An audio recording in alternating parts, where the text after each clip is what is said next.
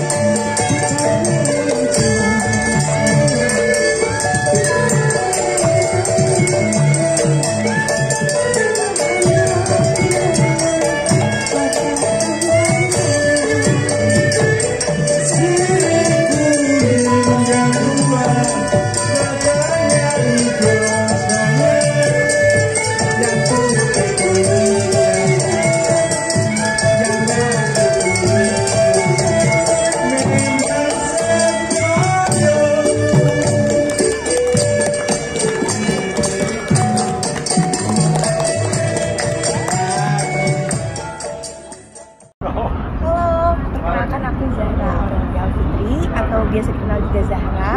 Saya dari Sanggar Air Diapala. Dan saya sangat senang banget sih di sini karena pengunjungnya juga antusias, sangat senang dengan apa yang kita berikan, apa yang kita suguhkan, seperti tarian, musik, dan lain-lainnya yang mereka suka.